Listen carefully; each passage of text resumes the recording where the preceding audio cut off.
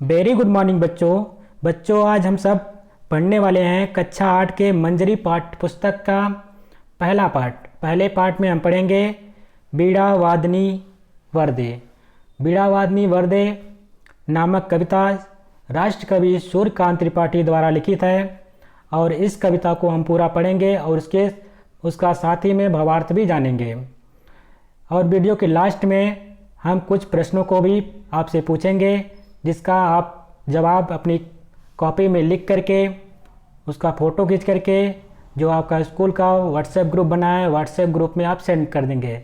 Send करने के पश्चात आपकी कॉपी वहाँ पे चेक होगी। चेक करने के बाद पुनः आपको वो फ़ोटो आपके व्हाट्सएप पे सेंड कर दिया जाएगा। तो आइए वीडियो की शुरुआत करते हैं।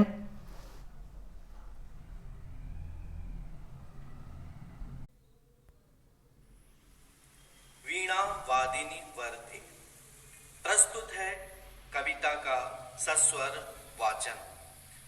वरदे वीणा वादिनी वरदे, प्रिय स्वतंत्र रव अमृत मंत्र नव भारत में भर दे। वरदे वीणा वादिनी वरदे, काट अंध उर के बंधन स्तर महाजननी ज्योतिर्मय निर्झर, कलुष भेद तम हर प्रकाश भर, जगमग जग कर दे। वरदे वीणा वादिनी वरदे, नवगति नवलय ताल छंद नव, नवल कंठ नव जलद मंद्र रव, नव नभ के नव विहग वृंद को, नव पर नव स्वर दे।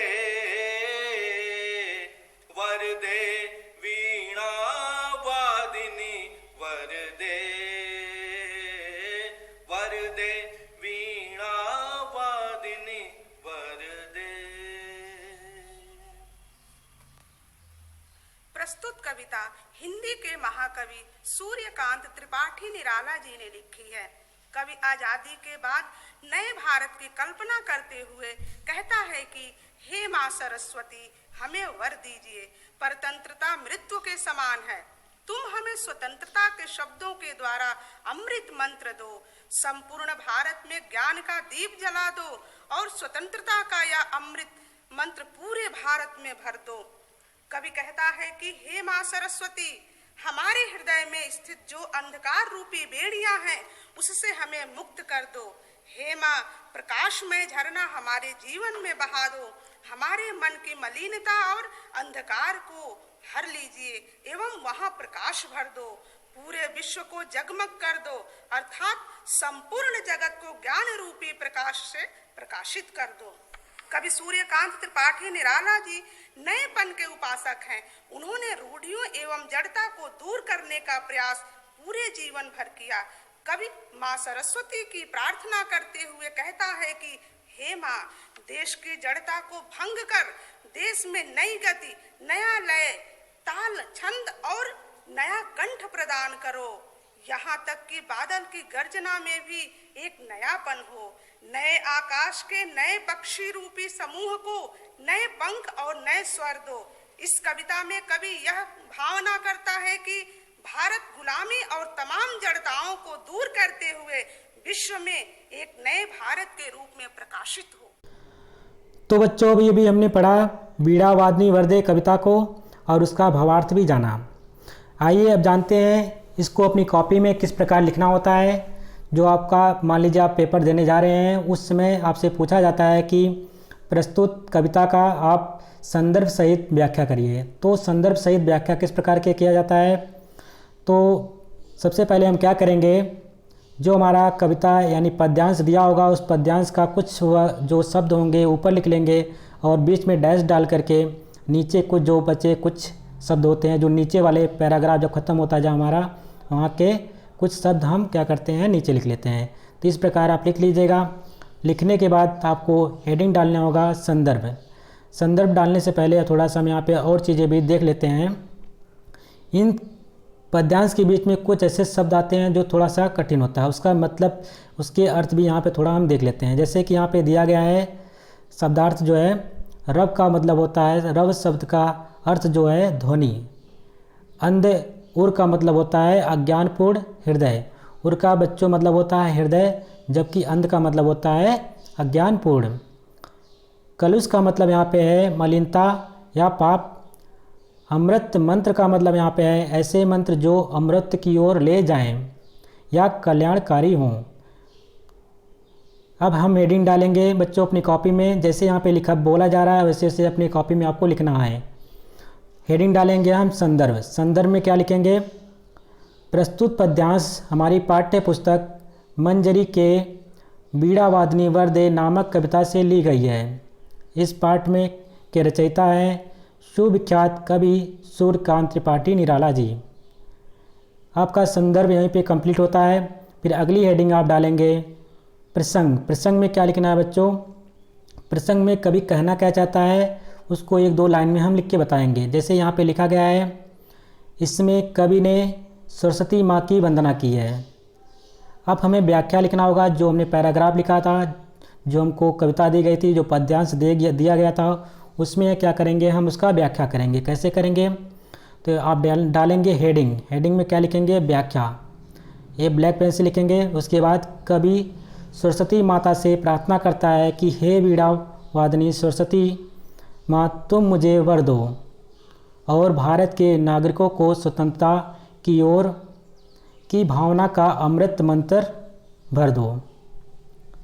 हे माता, तुम भारतवासियों के अंधकार से व्याप्त हृदय के सभी बंधन को काट दो और ज्ञान का स्रोत बहाकर जितने भी पाप दोष अज्ञानता है उसे दूर करो और उनके हृदयों को प्रकाश से जगमग कर दो। ये पूरे शब्द आपको अपनी कॉपी में लिखने होंगे। उसके बाद जो दूसरा पैराग्राफ यहाँ पे है, दूसरा पैराग्राफ यहाँ से स्टार्ट होता है नव गति नवे, और उसका जो लास्ट शब्द है नव स्वर दे। इसमें जो कठिन वर्ड आए हैं जैसे कि मद्ररव। मद्ररव का मतलब होता है बच्चों गंभीर ध्वनि। बिहग ब्रंद का मतलब होता है, बिहग ब्रंद का मतलब यहाँ पे है पक्षियों का समूह। बिहग मतलब होता है पक्षी, जबकि ब्रंद का मतलब होता है समूह। अब जो संदर्भ और प्रसंग थे, क्योंकि उसी पाठ से लिया गया है, उसी कविता से लिया गया है, तो संदर्भ और प्रसंग सेम होंगे। इसको आप अपनी कॉपी में दोबारा लिख सकते हैं। उसके बाद जो इसका व्याख्या होगा वो व्याख्या इस प्रकार है।